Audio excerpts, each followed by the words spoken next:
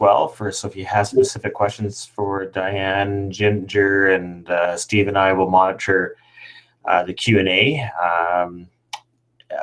as well as chat, but we prefer that you put your questions in the Q&A. It's just easier for us to sort through them all, and the chat is great for your comments and stuff.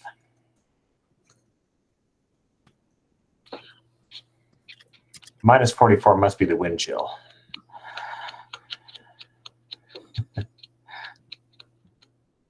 That's outrageous. That's up at Fort McMurray. Well, it could be minus 44 there.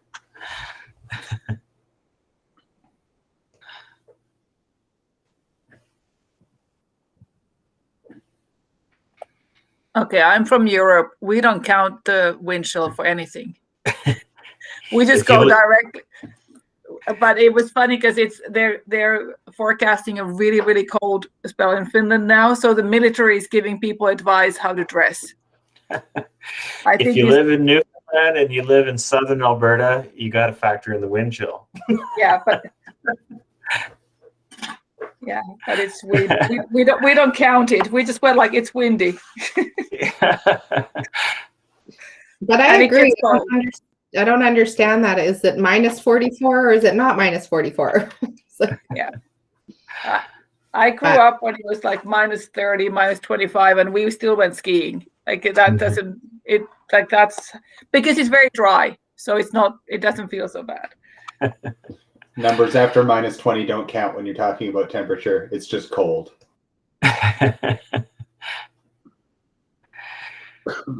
With that, Ginger, we have 108 people on the line right now, which is fantastic. So I will turn it over to you.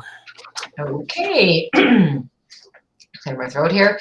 Hello, everyone. Welcome back to the closing session of this year's virtual conference. We hope you enjoyed all the sessions this past 10 days, and it hasn't been too painful for you all to participate virtually. We had a few comments earlier when people were just logging on that they were enjoying it, so that's great. We have one last session for you, and it's going to be an excellent one. With us today is Diane Brisebois, who is the President and Chief Executive Officer of Retail Council of Canada. She has held that position since 1995. Retail Council is the largest retail association in the country, representing more than 45,000 retail establishments of all shapes and sizes from coast to coast. RCC's membership covers all retail segments, including general merchandise, fashion, grocery, and pharmacy, and accounts for more than 70% of all retail sales in the country, excluding auto and gas sales. Diane has been leading retail associations for over 38 years. She is a native of Montreal and now resides in Toronto. She holds degrees in social sciences and association leadership management. Diane also serves on several boards across North America, including the Governance and Finance Committees of the Toronto Region Board of Trade, the Board of Stewardship Ontario, Blue Box, the advisory boards of the St. Mary's University David Sobey Centre for Retail, the School of Retailing of the University of Alberta, and the Federation of International Retail Associations. She also served as the chairman of the board of the Canadian Society of Association Executives, the Traffic Injury Research Foundation, the Fair Factory Clearinghouse, and the Federation of International Retail Associations. In addition, Diane served as a director on the board of the Quebec Employers Council, Covenant House Toronto, the School of Retail at Ryerson University, the Business Advisory Board of the World Wildlife Federation, and the Capital Fundraising Committee of the Center for Addiction and Mental Health Foundation. No, Diane, you were busy. Needless to that was my next line that I didn't even read.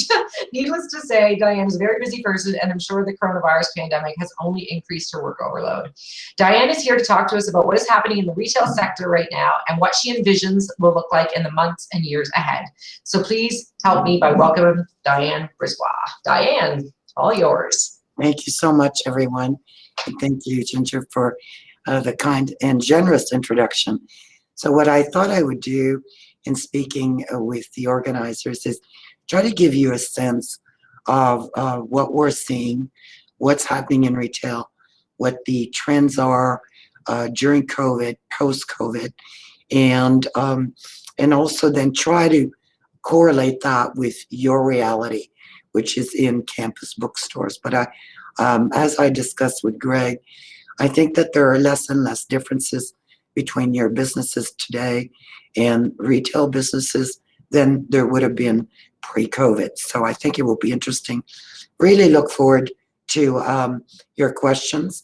And so the presentation will include, the impact of COVID, the future of work, and how that impacts retail. I have also found some really cool data on Amazon, because everyone asks about, how big is Amazon in Canada? What's the impact? Also information on where consumers are spending their money and what we think this is going to look like post-COVID. So why don't, I think Stephen has got control of the slide. Thank you, Stephen. Could you just click again so that we see the different, so I think there's 4 clicks, perfect. So really modern retail. Retail isn't dead, regardless of the challenges with the pandemic. But there is one thing for sure, as we start getting out of the pandemic, boring retail is. And that is both for online retail as well as for brick and mortar retail, whatever the category, and that includes campus bookstores. So what we see happening, and we started seeing that pre-COVID, I'm sure you noticed that as well around you in the retail sector, is that the middle of retail has somewhat disappeared. There are 2 types of retailers now, and those, and in fact, that reflects the way consumers are shopping. It's those who are focused on value and convenience, and usually that means very often when we look at value and convenience, we think of mass merchants such as Costco, Walmart, the Dollaramas of this world, the dollar stores. And so their value proposition is about, well, obviously convenience, lower prices, competitive prices, and really their operational model is efficiency. And we'll talk about some of the technologies in a moment. And then the other group, and please don't misinterpret it, luxury. So when we talk about luxury, we're just not talking about, Dior bags or Louis Vuitton bags. We're talking about discretionary spending and sometimes big ticket items, but not only big ticket items. And those consumers shop in what we would call discretionary spending areas because of the experience more and more. And certainly all of the focus groups we've done in the data we've looked at really does indicate that that will be, in fact, the future of brick and mortar retail going forward.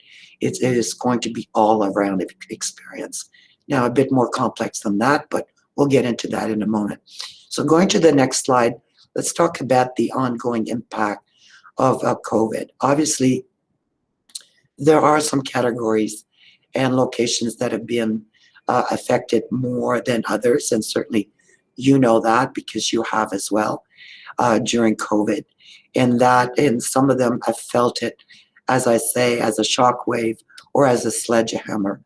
And the areas that have been affected the most, and we'll see the numbers a bit later, are obviously in the fashion, apparel, footwear sector. They would have recorded the greatest losses during the pandemic period. And also the impact is the fact that we have millions of Canadians working from home. So that's less traveling, less trips to retail stores. And when they do travel to stores, regardless of where they are in the country, because as we know, the situation is different in BC as it would be in Ontario or in Quebec, for example. There are provinces that are still fairly open, others that are restricted, and others like Ontario in total lockdown.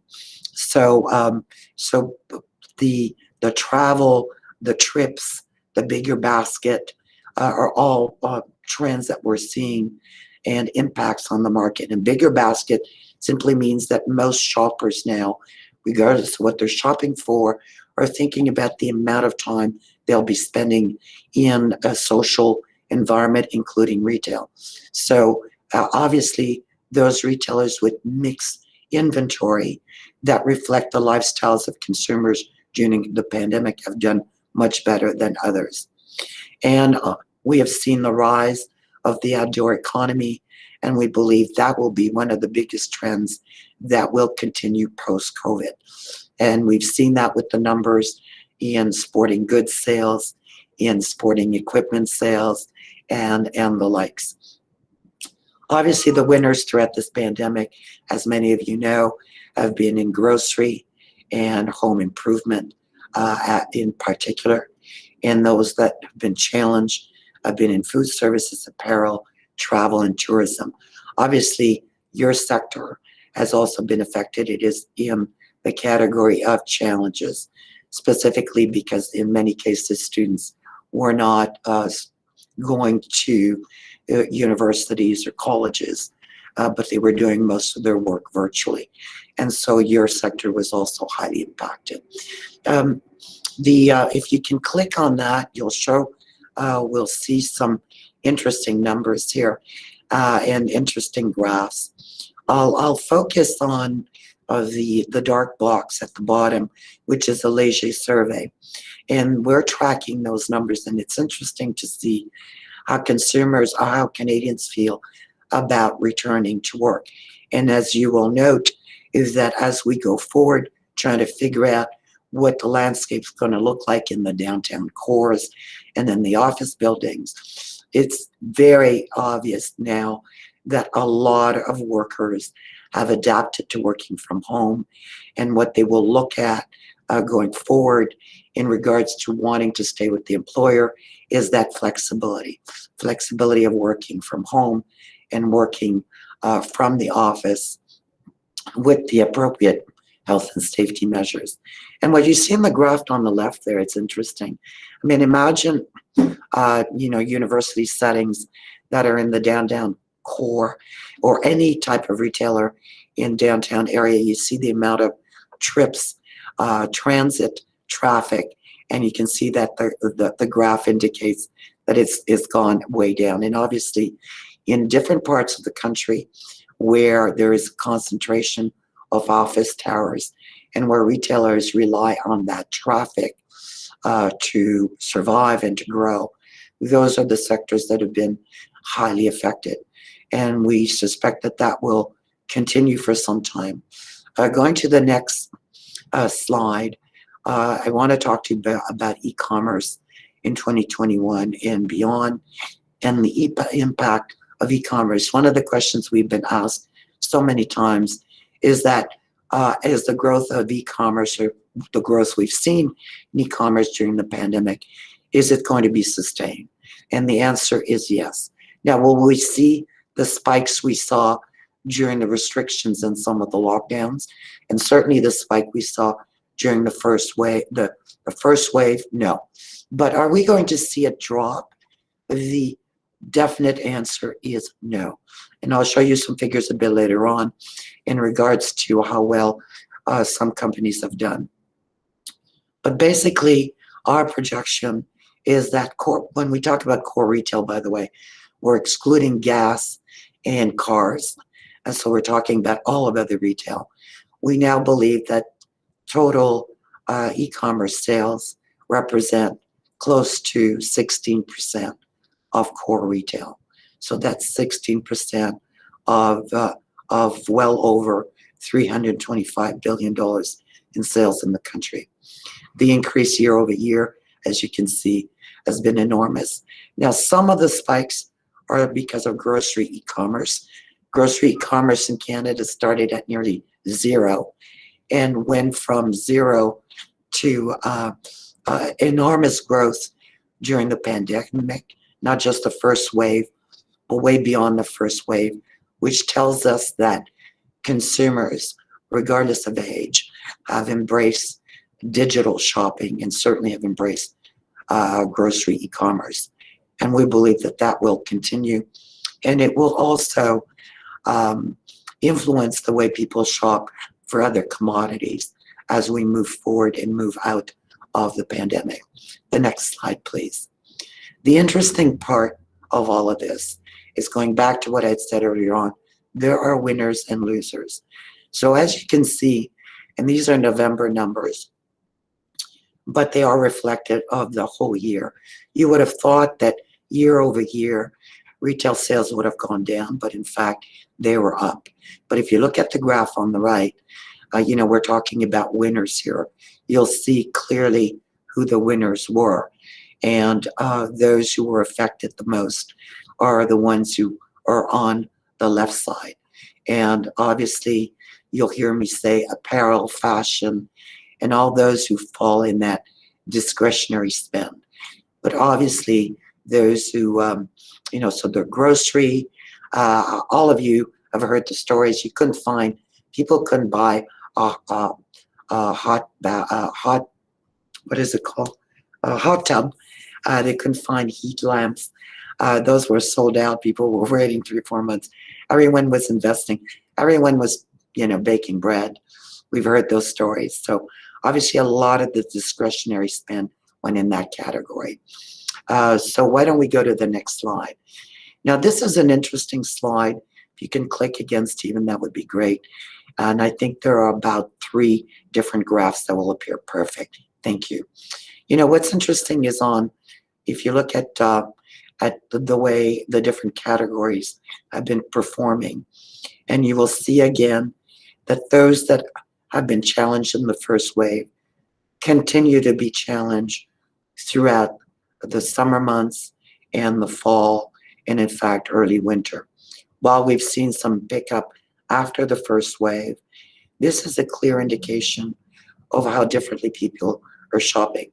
Let's be honest, most of us are sitting at home right now, maybe with a semi-nice top, but with sweatpants or pajama pants. And so we're all wearing or runners or slippers or slip-ons. My apologies there, I'm losing my voice. I haven't been on too many video conferences where I've seen people wearing ties. So we also believe that trend will continue, but that explains those graphs. The next slide talks about the future of work. And I really want to spend a bit of time here because this has a huge impact on your business and especially the cohort that you serve. And the important numbers are on the right.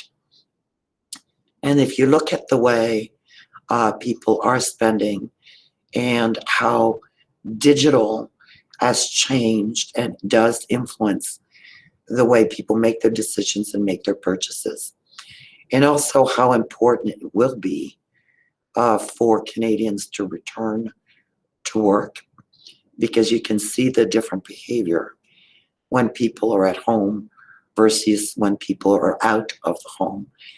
But most importantly here, I think the lesson for all of us is understanding that, Instagram and any other social media platform is now very much universal when it comes to reaching a constituency of cohorts regardless of age, and that consumers are relying more and more on their iPhones or cell phones to interact with you and to make decisions on purchases.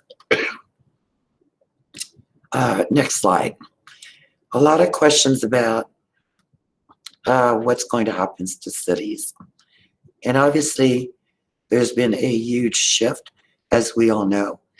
And we do believe that the cities and certainly the downtown cores will change. But we also don't believe that 100% of employees will be working from home, and we don't believe that that's sustainable. We do believe, based on discussions with the real estate sector, as well as with big employers, that the buildings will be at about 2/3 occupancy rates compared to pre-COVID. So there will be less. We also believe that the city centers will be readjusting. A lot of these buildings will be what we call mixed tenants. So you'll see more retail, you'll see more gyms and services mixed with offices and condos.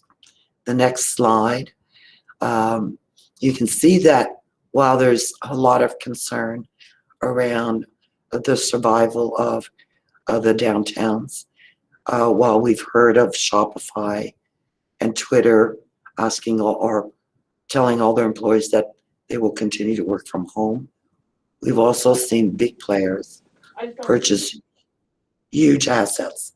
And so that indicates that, in fact, the future of cities is a bit brighter than we thought. And just give me a second here, and I'm just going to open my screen a bit more. Next slide, please. Now, this slide comes from the US, but we've started doing some preliminary work. And the numbers in Canada are very similar.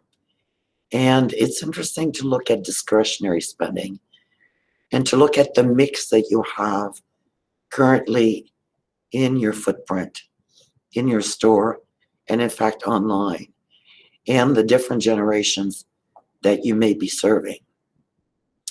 So it's interesting to see where the money is going, and you can see that depending on the generations, that discretionary spending is where a lot of consumers are cutting back. Even though Canadians have saved more in 2020 and paid off more debt in 2020, the number of consumers, including students and young Canadians who are insecure about their future, is much greater than it was.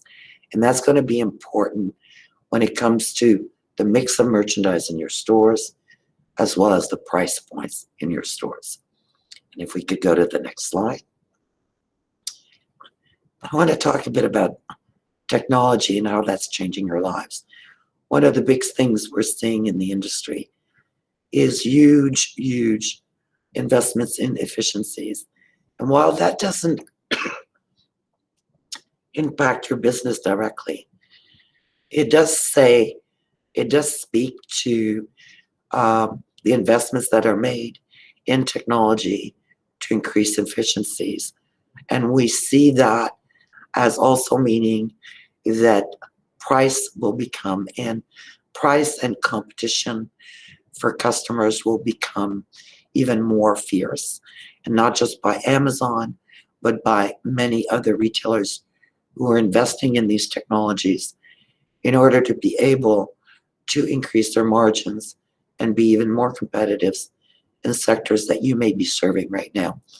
If we go to the next slide, I want to talk to you a bit more about, let me just increase my, my screen here so that I give you, a lot of people are asking us about Amazon.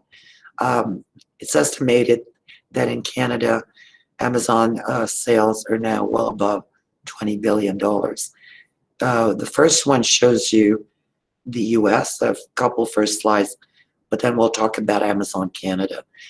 And obviously that's a major competitor for all types of retailers, including campus bookstores.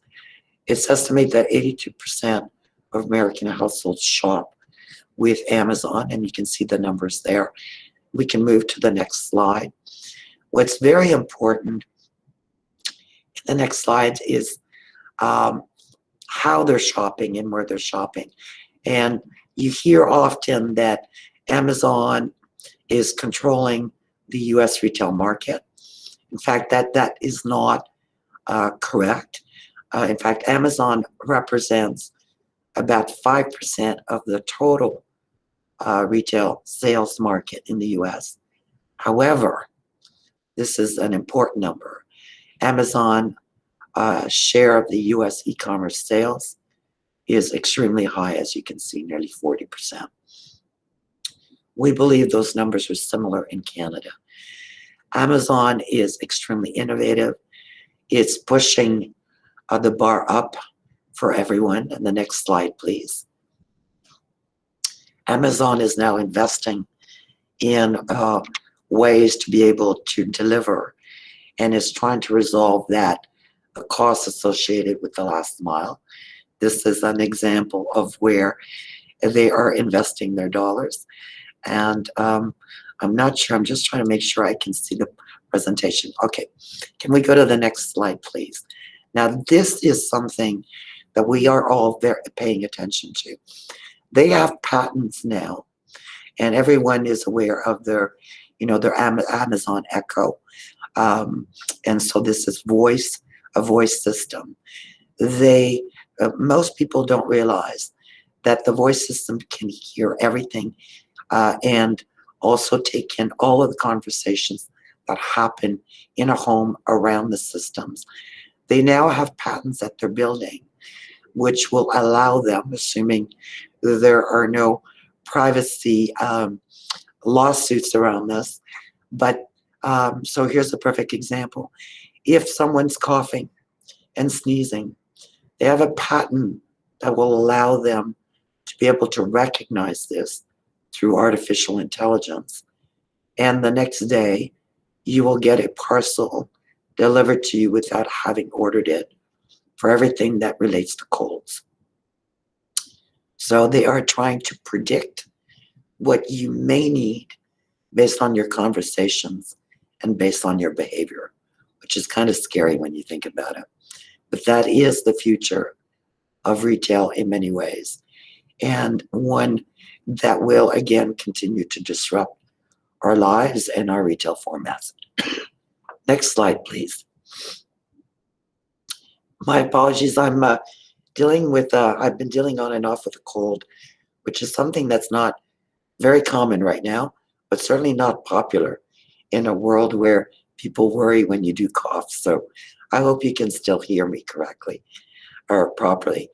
This is Amazon Canada. A lot of people know very little about the infrastructure. It now has a total of 13 warehouses across the country.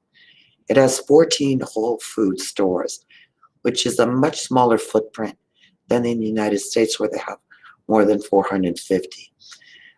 In the food, they don't offer fresh, they only offer pantry, which is why they're not as strong in Canada as they are in the US, and they haven't influenced the grocery sector as much. However, they have approximately 6 million Prime members in Canada.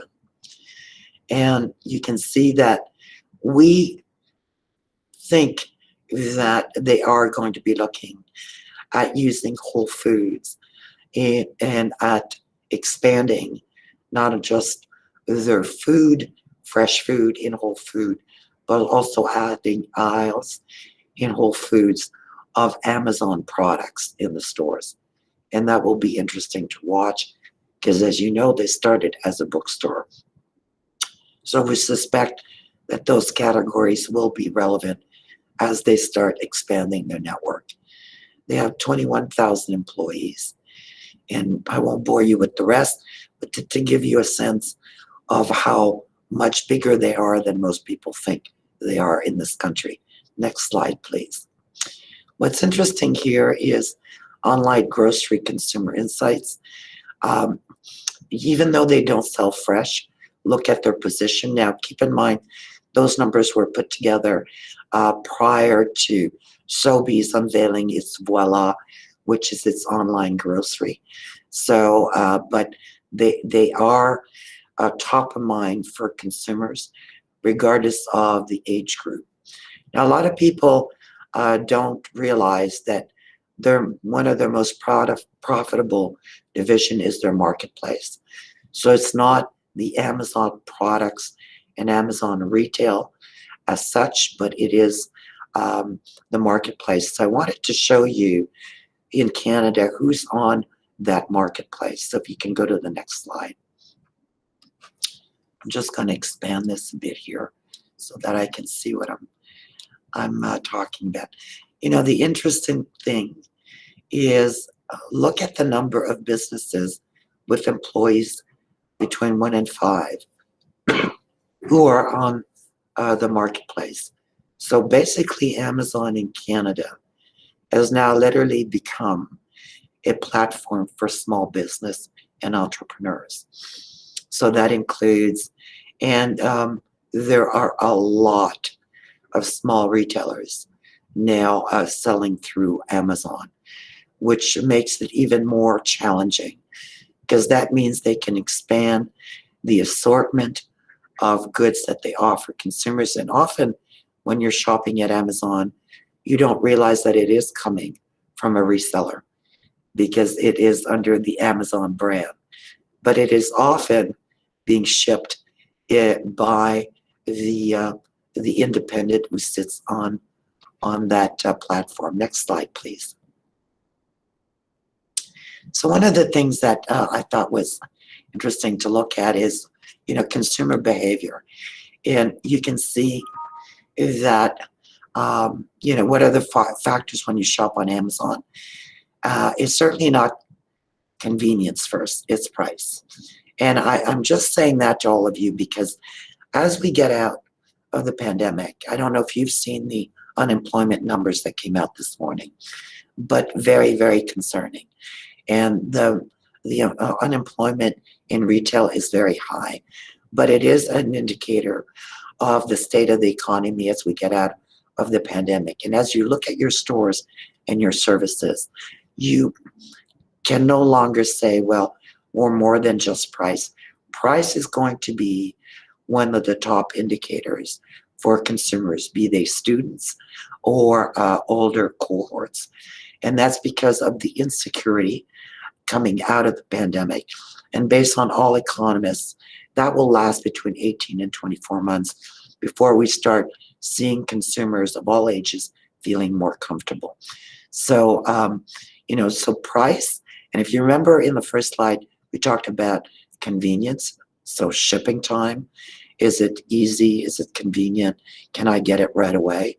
We're also noticing with the young cohorts, as well as with boomers, is those two cohorts that are interesting. They have less patience today than they did in regards to waiting for a product. So saying, if the book will arrive next week or this item will arrive next week doesn't cut it anymore. And that's where the pressure will come for all of us in retail. Next slide, please. So what are they buying in the last 6 months? Obviously, electronics, home and kitchen, and oddly enough, apparel. So people are buying apparel. They're just not buying the same kind of apparel. And Amazon was very quick at pivoting and providing. If you go on their apparel, you'll see that most of the pop-ups are for sweatpants and sweatshirts. They have immediately changed their assortment, understanding that people are staying at home and they have different needs. So this is just for information so that you see where consumers' money is going and which are the areas that will continue to be of interest. So if you're looking at, an assortment mix, those are really, really good categories to focus on because they continue to be the categories that trend towards growth. And when we do forward shopping intentions from consumers, the top three categories continue to be the strongest. And so most retailers are now finding ways to add widgets in their stores, so they may not be an electronic store, but they're finding really cool electronic products that speak to the assortment they have or the clients that they are serving. Next slide, please. So, we were talking about digital. So what device do you use most when shopping on Amazon? 31% say mobile app. That we just looked at a survey through Leger of students that say that most of the time when they're shopping now, they're using a mobile app, and the number was up to 57%. And that's cohorts under the age of 30. So mobile apps are very much a mainstay of how the younger cohort is not only experiencing your brand, your store, your footprint, but also making decisions on final purchase. Next slide, please. So adapting to COVID, I thought it would be interesting to give you 2 examples of retailers that have brick and mortar and that have really pivoted well during COVID. And so, Stephen, if you can click a couple times, there will be images that will show. So I'm not going to spend a lot of time here, but and you'll, I'm sure, have a copy of this presentation. But take a moment to visit this store. I had the opportunity to see it when I was in New York City, Manhattan, in New York, in January of 2020. Just yeah, was it January 2020? Just before the pandemic, and it is the most creative way to attach product to brand and product brand to experience.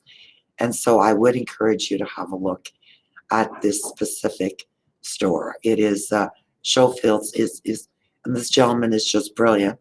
We've interviewed him on a podcast, and I'll make sure to give you the link. The next one is one that's based in Toronto. Next slide, please. And it's really from illicit to essential in 18 months. I'm not going to dive deeper into why it's now become essential, but I can tell you this is a merchant that pivoted and that did some amazing things. And so if I'm putting this on the slide because many of you are sitting here thinking, you know, I'm in a college setting, I'm in a university setting, we're different. You are no different. The one thing we are learning through consumer research and our lifestyles have changed during COVID is that a consumer's expectation is very similar in your environment than it would be in any other environment in retail, which is very much about, you know, give me a bit of wow, make me feel special, show me that this is not just a commodity. And this is a perfect example. And I appreciate that this is in Toronto. This is where their flagship is. But do go online and have a look at what they've done. It is quite amazing. And it proves that you can take something that would appear to be unattractive, boring, and turn it into a real experience. Not just a high experience, but a physical, emotional, and intellectual experience. And as you can well appreciate, many of their customers are very much your cohorts. And so keeping in mind that regardless of where you are located in the environment around you, that your consumer has also changed substantially, and your consumer is living online. And so for a consumer to make a decision to go into a brick and mortar, as we slowly but surely live through this pandemic, but live out eventually of this pandemic, that's the kind of experience they will want. And I think that's your greatest challenge and your greatest opportunity. Next slide, please. So I was asked, what do we think about 2021? There are, you'll recognize this gentleman from the US, a famous quote, there are known knowns, there are also known unknowns, there are also known unknowns, things we don't know, we don't know. So very few people can be specific about what will happen. Let's go to the next slide. But we have tried to give you a sense of what we do know and what we don't know. We do know that e-commerce has accelerated, and it is not going to be recede. It is not going to recede, my apologies. We know that e-commerce cannot replace the volumes or the sales when retailers, when retail stores are closed. So the restrictions or lockdowns continue to make it very difficult for all of you and all retailers. However, the good news is that wherever the restrictions are lifted, we are seeing customers go back to retail. And so consumers like that experience. They will shop differently, but they are indeed going back to retail. Now, the biggest challenge here, and I want you to look at the last sentence on the third bullet.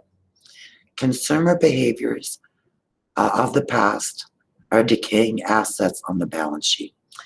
If you're spending any time saying, this is how the students or the shoppers acted in my store and purchased in my store pre-COVID, so this is what I'm going to be looking at as I modify, pivot, change, improve my store, then that is the biggest mistake you will make. The best retailers, regardless of category or size, understand that the consumer behavior has not only been modified because of COVID, it has changed forever. And so the greatest challenge, but the greatest opportunity, is that everything is new. And so you're going to be learning every day about that consumer. So let's go to the next slide, please. We know that we don't fully understand what consumer behavior will be, because there have been adjustments during the pandemic.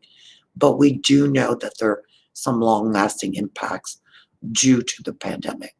So obviously, it's going to be a challenge for all retailers. I've been chatting with some of the bigger retailers who do a lot of work in analytics and in consumer research, and they're also, all of them, saying there's no playbook.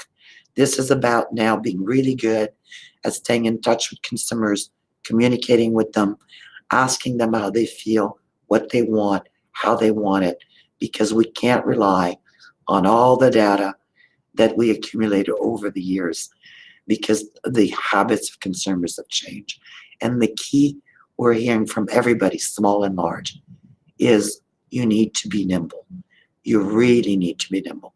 You can't say, this is the way I used to do it, this is the way I'm comfortable doing, this is the way I know customers want it, or my students want it.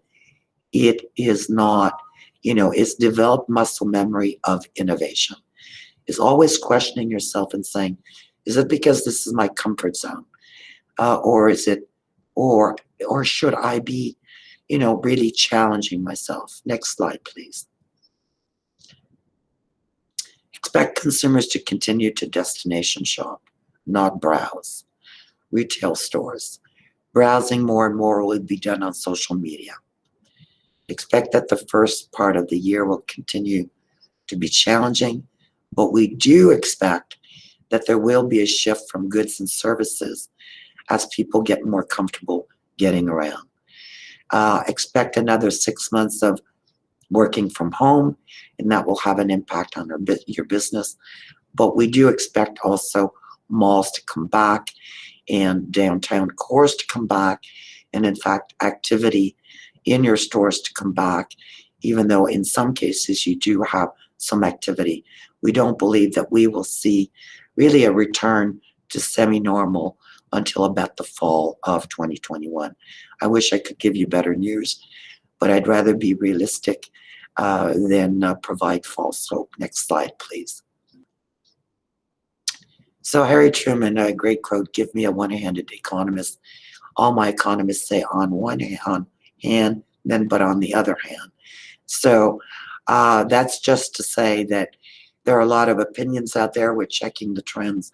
I tried to put a few of them in summary before I end the presentation to give you a sense of what other retailers are focusing on. Next slide, please. Temporary changes to the in-store experience become permanent enhancement. Adapt for today and design for tomorrow. That is key. That is going to be what will be important for your brick and mortar environment. So think about how your life has changed. Think about your experience in a store, in an open environment. And I can assure you that will reflect the reality of your customers, regardless of the cohort. But design for tomorrow. Next slide, please. With consumer habits changing, expect changes to brand, DTC models. Think of consumer habits as decaying assets on your balance sheet. And by that I mean DTC is direct to consumer. I think all of you have noticed that since the pandemic, the big brands like Nike, even some publishers, as some authors have all been much more active in going directly to consumers. So that means that your competition has increased, which means that it is going to be really important for you, if you've not done so yet, to connect with that consumer that you know is going to be coming back, to find ways to build that community on social platforms, to also create authenticity. And that will be extremely important going forward. Next one, please. So retailers are falling in love with buy online and pick up in store and curbside.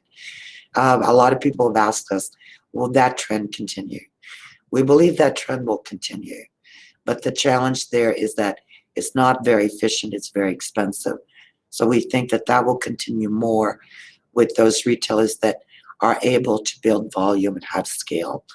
However, in your case, for those of you who have stores that may be closed or highly restricted, keep in mind that customers are not uncomfortable with or by appointment or curbside pickup. And you need to look outside your own category to see who's doing it well. Next slide. So online grocery will see the most dramatic and sustained growth.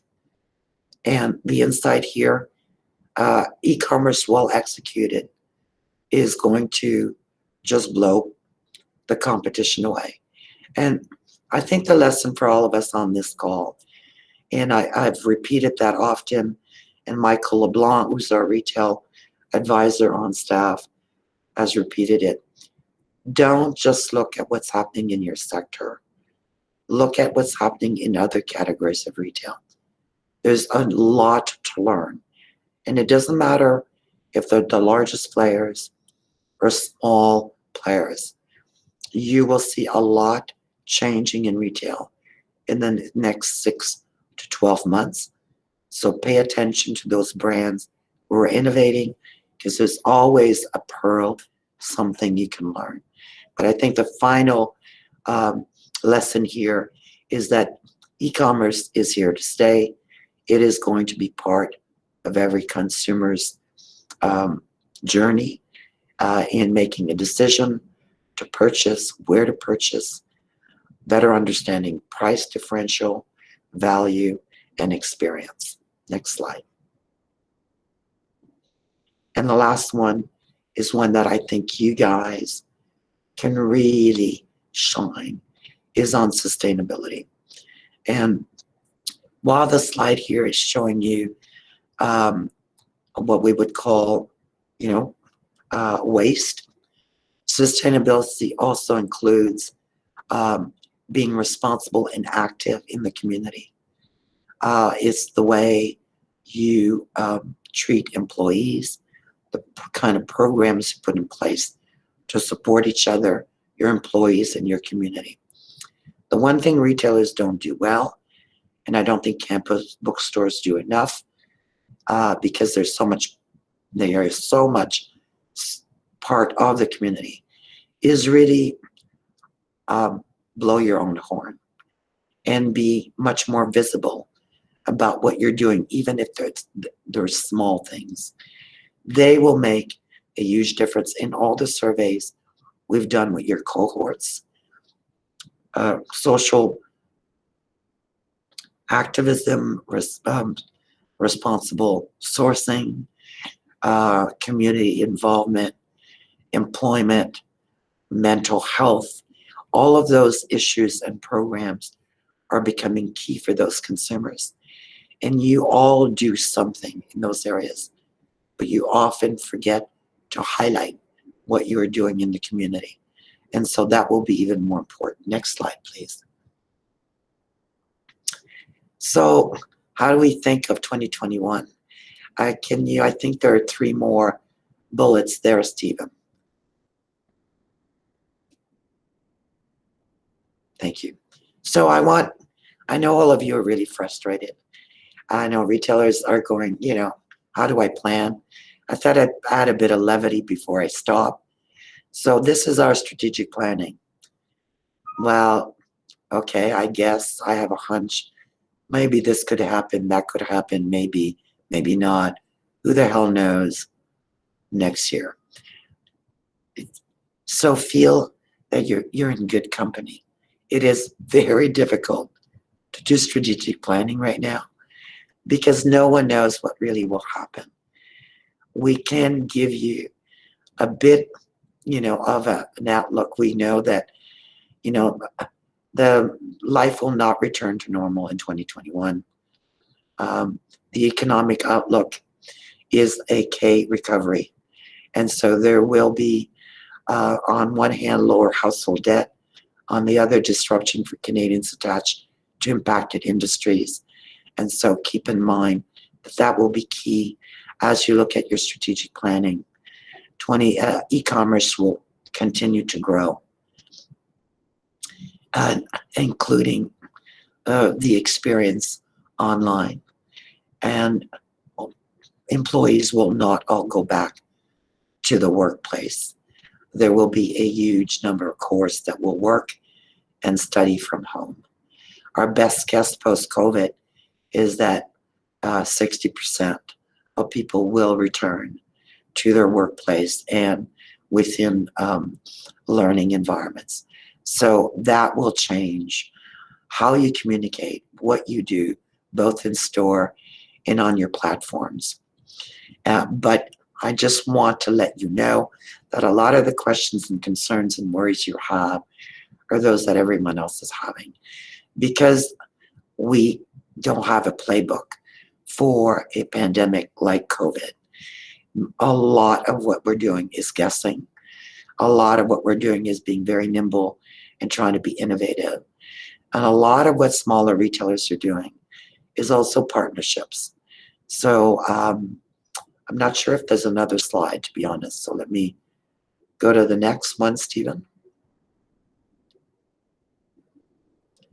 So I thought talking to campus bookstores, if you can just click on, again, these are some of the books that we are reading that are giving us some perspective on what retail may look like, both in your world as well as in the retail world in general. So I just thought I'd add that. And I think the next slide is just to remind you that you can access for free some great podcasts, especially the Voice of Retail. So if you're not listening to it, you should, because there are great interviews with small, mid, and large retailers and thought leaders to provide you with some insights and some thoughts about what you could do to reinvent, to re-energize your businesses. And I will stop there. Thank you, Diane. I was just looking, we're going to open it up for a few questions. We have like 6 minutes left. I don't see any questions on the question board, but if anyone wants to raise their hand and actually ask a question, that would be okay too. I just can't see everybody on the screen, so I'm going to ask for help from Greg and Steve if they see someone.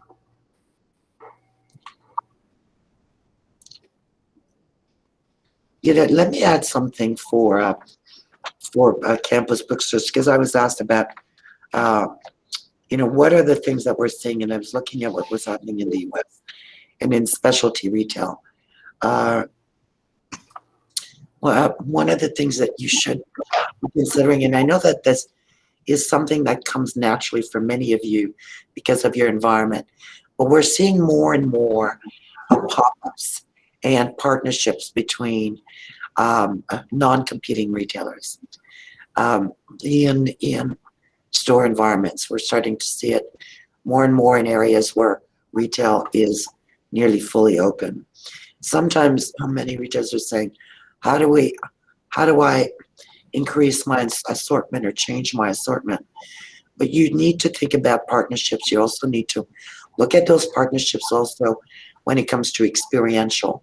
For there's a bookstore in Toronto before the lockdown that was doing some amazing things to get customers more re-engaged in being in their store and buying in the store. And they were doing cooking classes because obviously everyone was cooking and everyone wanted to learn. And they found this one gentleman who was on the Canadian baking show, and they did an exchange of services, and they just saw their sales just go up, not only in the store but online, and they saw activities on their social platforms increase because of a sense of community. So there are a lot of really cool partnerships that can be done that help you kind of rebuild that momentum and that excitement and that traffic in your store. Okay. We have one question. I think this question, where can we get more? Lisa, so more information. The RCC site you were saying has lots of. So the Retail Council of Canada, so it's retailcouncil.org. It's got a ton of information.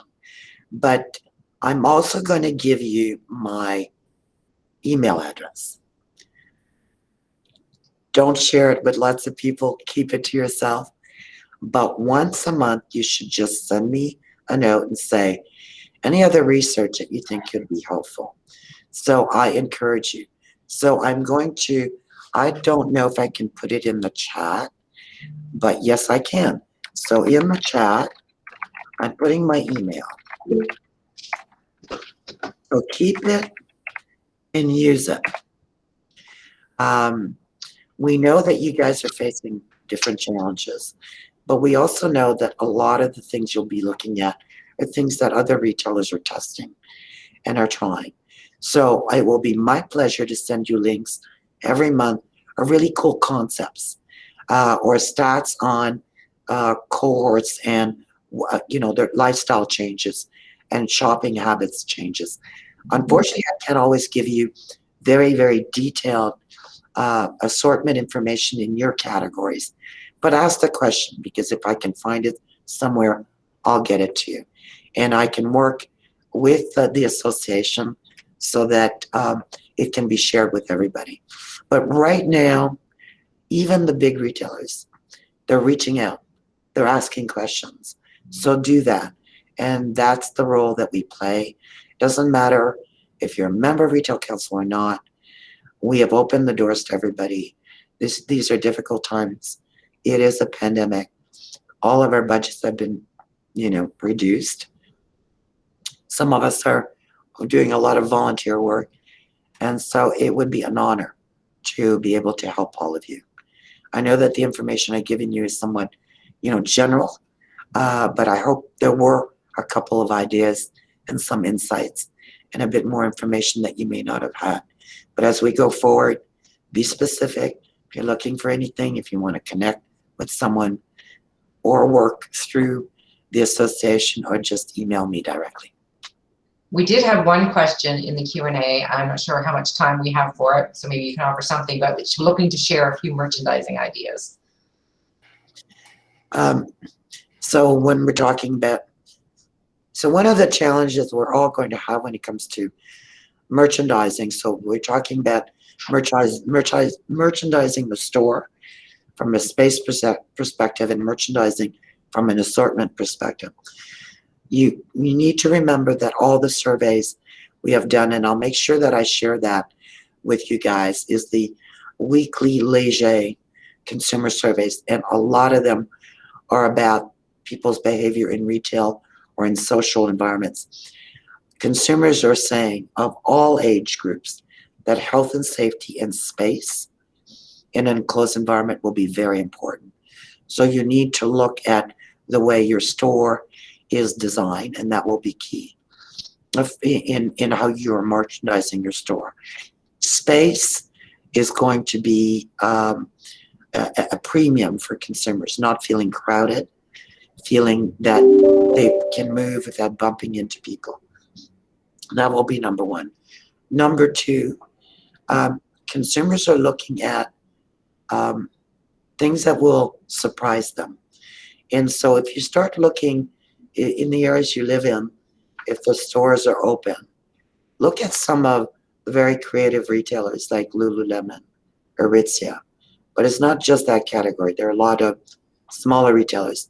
And look at the new products that they're putting in. A lot of retailers are now looking at short buys. By that I mean is they're not trying to completely change their merchandising mix, but they're looking at special buys that make that 1 month really cool. You know, you have a product, very hot right now is limited amount. It's a really cool widget, or it's something, you know, very creative. It's something that a designer in your area has produced. It's that wow differentiating value that consumers are looking for. They're coming into your store generally to get what they need for their studies, but also for their classroom, for their home. They're buying stuff because they want to be connected with the brand at the college or university. But don't forget that you're competing with the rest of retailers for their time, because they'll be spending less time in stores. So you need to find partnerships where you're bringing wow products into your mix without thinking that you need that product on your floor for a year. It's that new product that is in that exciting product, limited edition product that is really creating a lot of wow with consumers. If you look at that, if you look at those most popular on Instagram, it is those designers. So, you know, we're seeing a lot of retailers doing some really cool stuff with Indigenous artists and designers. We're seeing a lot of retailers doing pop-ups with Black entrepreneurs. And so as you can see, it's two messages. One, it's bringing something new to your environment. It's also showing a very, very strong social responsibility and authenticity, bringing people together and being aware of what's happening in our communities. That's my best advice. I mean, I can even say to you, as simple as this sounds, that's what Walmart is doing. That's what Loblaws is doing right now. I mean, there are a lot of the new products they're bringing. They're limited edition.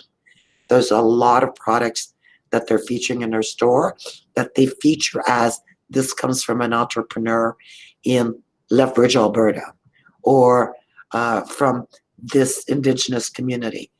And so they're there for a period of time. And that's to create a sense of community, but also create the wow. I hope that helps. Yeah, thank you. So thank you so much, Diane. If you can read through the screen, you're seeing everybody saying it's a great presentation, lots of information. Thanks for all the facts, some scary things, lots of information, and they really enjoyed it. So as a token. Can I just add, because Sure. Gabriella is so right, Costco does it. Yeah. Like, have a look at Costco. So when you think, well, you know, we're in the commodity business to a degree, you know, books and some merchandise attached to our institution. Like, you know, you think of Costco, it's like brilliant, because a lot of the stuff they have is commodity. They certainly don't have a great design, but when they have is the wow, is they always have something new. Yeah. And also they're very, very good. They don't disappoint customers. So, you know, one of the things that I will leave you with, and then I will shut up, is that the one thing you need to make sure of is if you're promoting and selling, you need to be very, very clear with your consumer, with your students about what you have in stock, how much you have in stock, and when you're out of stock.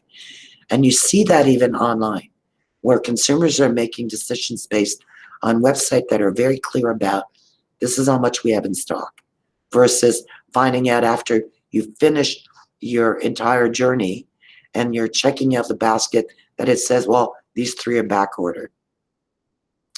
Trust me, the frustration you will feel as a consumer online, same frustration in store. So use best practices. Think about what's narrative. Think about retailers who wow, copy them. I mean, I have rarely come up with an original idea. Just take someone else's and make it better. All right. Thank you, Diane. So as a token of our appreciation for sharing your time with all of us today, CSC will be making a $500 donation to a charity chosen by the CSC Board of Directors. on behalf of all the speakers presenting at this year's conference. Thank you once again for the great presentation today. So everyone, this concludes our 2021 Virtual Campus Store Conference. I want to thank everyone for attending this year.